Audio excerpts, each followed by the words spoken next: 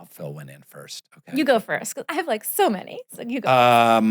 I've told the story before, but it's really kind of how I became an actor. I had a high school acting teacher named Suzanne Adams. She's still out there. She doesn't teach acting anymore. She's like 89. She's an incredible dynamo of a woman. And I was in kind of acting class with her in my senior year, and I had these kind of secret closet dreams of becoming an actor. And I was doing pretty well in the class. I was just captivated by acting. And uh, I went into her office. I was so nervous. I was shaking like a leaf. And I went into her office. And it was kind of between classes. The bell had rung. She was getting some papers like, Ms. Adams, I'm sorry, could I speak to you for a minute? She was like, yeah, sure. I'm like, listen, I don't know how to say that, but how to say this, but do you think that maybe one day, if I work hard and keep studying, that one day maybe I could be an actor?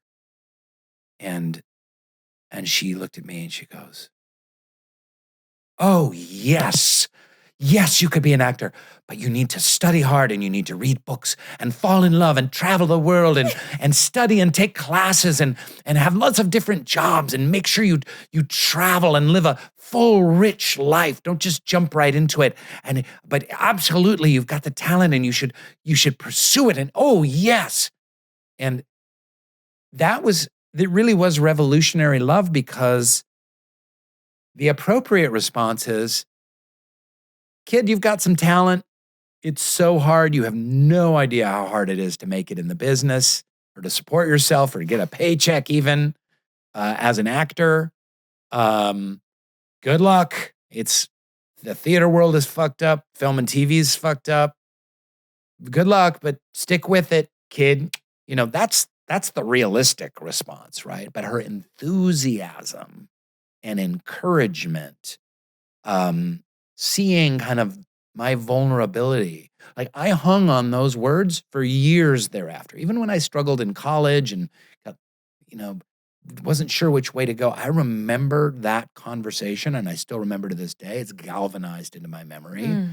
And that is an act of revolutionary love, in that it was just a fire hose of support, encouragement, and Mm. enthusiasm to someone that was with really low self-esteem and struggling and nerdy and pimply, but who had a little modicum of talent. And it set me on my path. And I've gotten to thank her many times for You that have. conversation over the years.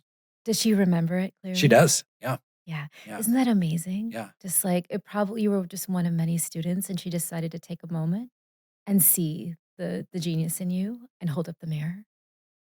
And it's like all the other things, you don't let them get in the way of connecting with this and pursuing it. I Yeah. think this is so beautiful. Yeah. Yeah. Well, your story is making me think of, I was like, oh, should I give you an activist story, an ancestor story? I was like, I was a little girl, right? I was a little girl. And I was, growing up in the farmlands of California with these stories from my grandfather. And it was, oh, Now, there's a lot of sick farmers in Central yeah. California, right? Yeah, actually, my other grandfather, so my family came, my other grandfather, Kehar Singh, traveled by steamship from India to California in 1913. So he was one of the first few thousand to come from South Asia Wow. 110 years ago, and he settled in Clovis in the Central Valley. So I grew up on the land that he farmed and the orchards and the stars and the tractors, the whole thing. What was he growing? Oh, What'd you guys grow? oranges and peaches and plums. They would rotate, so it was always so Almonds? abundant. Some almonds, I believe some almonds. Yeah, but Right. it was a small farm and it was enough. And it was on that land that I was so connected. I say that, okay, oneness, how do you experience it? Well, you can look at anything and say, "You are a part of me I do not yet know." Mm. And that's how I felt, Rain, with the stars, with the cows across the street, like with everything. I was this mystical little child, right?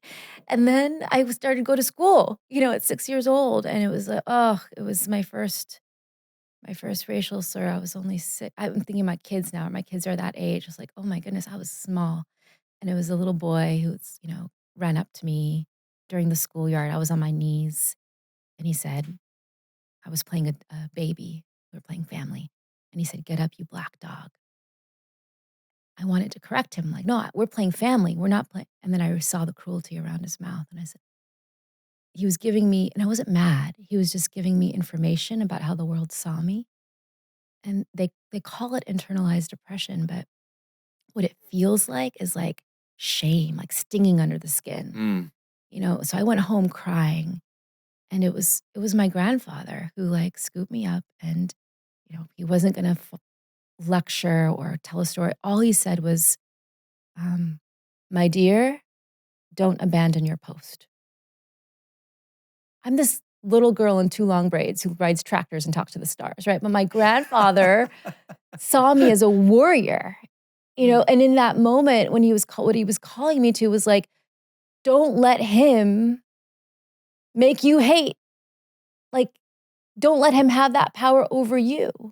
There's a line from scripture, "Do not incite fear in anyone, and do not let anyone incite fear in you." Like, you are gonna hold your post, Mm. Mm. um, to love above all, to not let yourself get as small ever as him. Mm. Mm.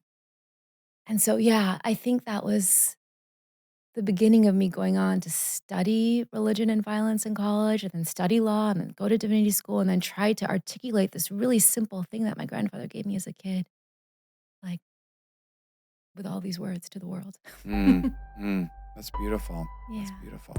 Hey, did you like that video? Why don't you click on this one? Or maybe watch this one? Or click over here.